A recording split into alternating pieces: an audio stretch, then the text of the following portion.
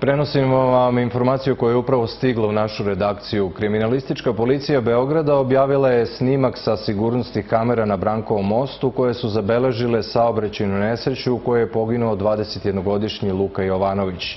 Policija apeluje na sve građane da ukoliko prepoznaju Mini Morris Countryman, o tome je odmah obaveste.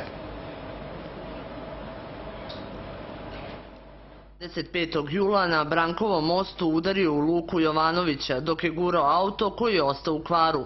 Vozač tog automobila velikom brzinom udario je Jovanovića i njegovog druga i pobegao sa lica mesta. Luka je posle nesreće umro u urgentnom centru, dok se njegov drugi dalje oporavlja od teških povreda. U policiji kažu da su do sada ispitali 100 vozača Mini Morrisa, da istraga i dalje traje, međutim loš snimak sa sigurnosnih kamera policiji nije posebno pomogao, pošto se ne vidi ni jedan broj registracije, pa ne znaju da nije možda reč i o strancu. Da imamo taj pametan sistem, mi bi to rešili bukvalno istog jutra. Imali bi tablice, imali bi sve. Znači, sve što smo radili, radili smo bukvalno u našem žargonu, što kažemo policijskom, na mišiće. Znači, radili smo apsolutno ceo krug, mogućnost dolaska, odlaska. Imamo i dalje kamere i otprilike imamo i moguć pravac udaljavanja. Mi tačno znamo trasu njegovog kretanja, ali vi ne možete da vidite auto. Tokom dana na Brankovom mostu održan je skup podrške Lukinim roditeljima koji kažu da su u svakodnevnom kontaktu sa policijom i apeluju na očevice nesreće da ukoliko su nešto videli, obavezno to i prijave.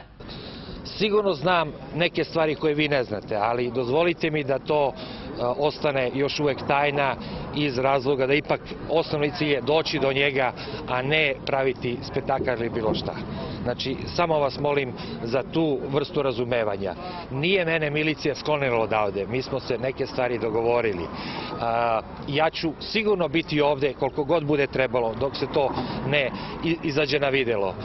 Ali potrebnije sam nekad i svoje deci kući i nekim stvarima koje mogu uraditi. U policiji kažu da bi im u rešavanju ovakvih slučajeva od velike pomoći bile modernije kamere, koje ne bi samo registrovale prolazak automobila, već i trajno zabeležile snimak. Inače, veliki broj patrola svakodnevno obilazi sve garaže i parkinge u gradu, tražeći automobil koji je izazvao nesreću.